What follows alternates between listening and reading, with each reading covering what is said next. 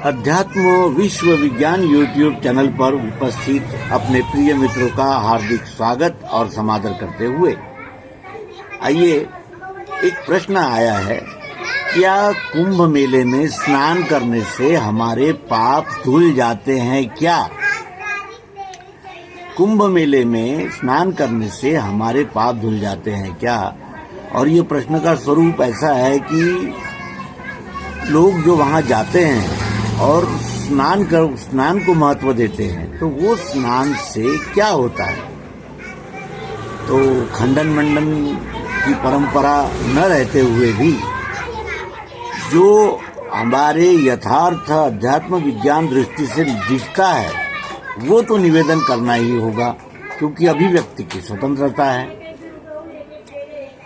ये मेले कुछ आज के लगाए हुए नहीं हैं, ये हजारों वर्ष की परंपरा के अनुसार उसी समय जब वो ग्रह तारे वो कक्षा में आ जाते हैं तब ये पर्व मनाए जाते हैं। और ये पर्व क्यों मनाए जाते हैं? क्योंकि संपूर्ण विश्व का आध्यात्मिक जो जनमानस है वो इकट्ठा हो, चर्चा करे, तर्क वितर्क करे और सत्य की खोज करें। अपने संप्रदायों में, पंथों में, विचारधाराओं में जो कमियां हैं उसे निकालने का प्रयास करें। सत्संग के लिए ये आयोजन होते थे। फिर आगे चलकर कर्मकांड का प्रबल प्रभाव होने से अब वो स्नान को ही महत्व मिल गया।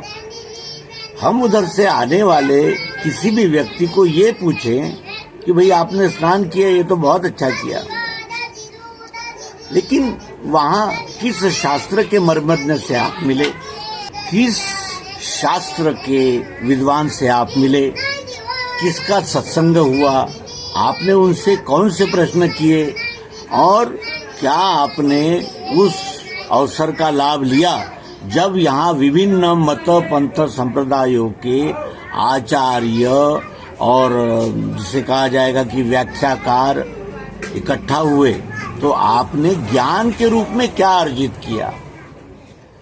क्योंकि काशी ये आध्यात्मिक केंद्र रहा है, हमारा अयोध्या आध्यात्मिक केंद्र रहा है। इन आध्यात्मिक केंद्रों पर लोग इकट्ठा होते थे तो क्या केवल स्नान करने के लिए ही? और इन बड़ी बड़ी नदियों के किनारे ही क्यों इन आयोजनों को किया जाता था? क्या कभी हमने सोचा है? इसलिए कि जहाँ जल का भराव होता है या जल की प्राप्ति सहज होती है, वहाँ हम समाज को इकट्ठा कर सकते हैं। खाने की चीजें हम कहीं से भी मंगा सकते हैं। और इसीलिए ऐसे स्थानों पर जीव के तरण तारण का विचार किया गया, जीव के मोक्ष का विचार किया गया, जीव के स्थायी शांति, समाधान और सात्विक प्रेम, आनंद, प्रसन्नता, इसका विचार करने के लिए वो एक अनुसंधान, एक रिसर्च सेंटर था जहां विभिन्न मतों, पंथों, संप्रदायों के लोग इकट्ठा आकर चिंतन मनन करते थे और सत्य के लिए अमृत मंथन करते थे।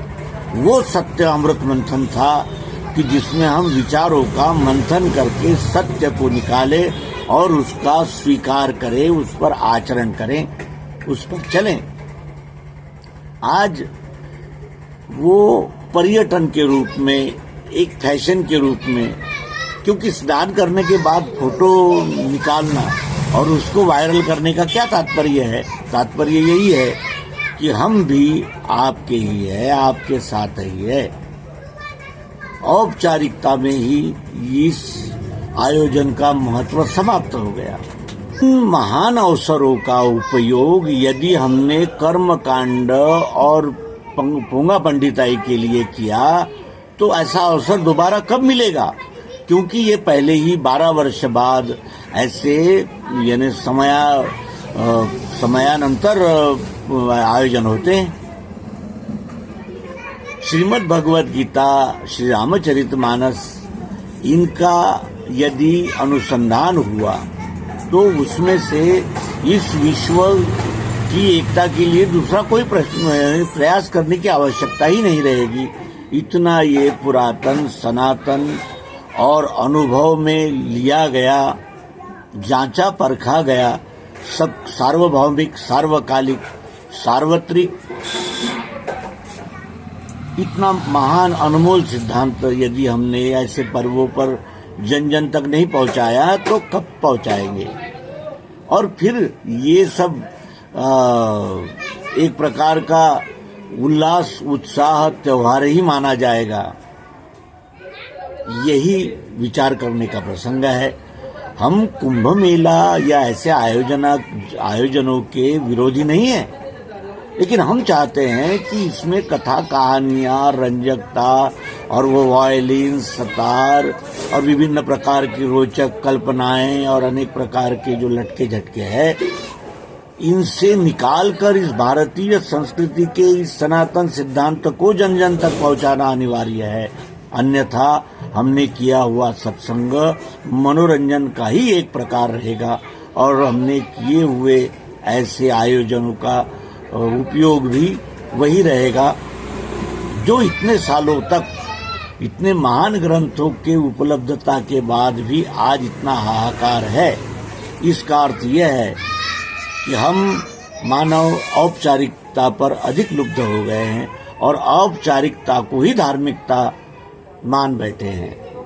तो आशा है हमारे प्रिय मित्र हमारी इस कड़वी बात को हजम कर सकेंगे और चिंतन करना, और इस विश्व के आगे जो आज प्रसंग है कि बाप बेटी को नहीं पहचानता है, स्वार्थ के लिए मनुष्य किसी भी स्तर पर जा सकता है, मनुष्यता को खो सकता है, हैवान शैतान बन सकता है। ऐसे इस विपरीत और भयानक दृश्य के इस समय इस अमृत औषधि की आवश्यकता बहुत है। ये हम अपने प्रिय मित्रों को याद दिलाते हुए इस अल्प अंक का समापन करते हैं। नमस्कार।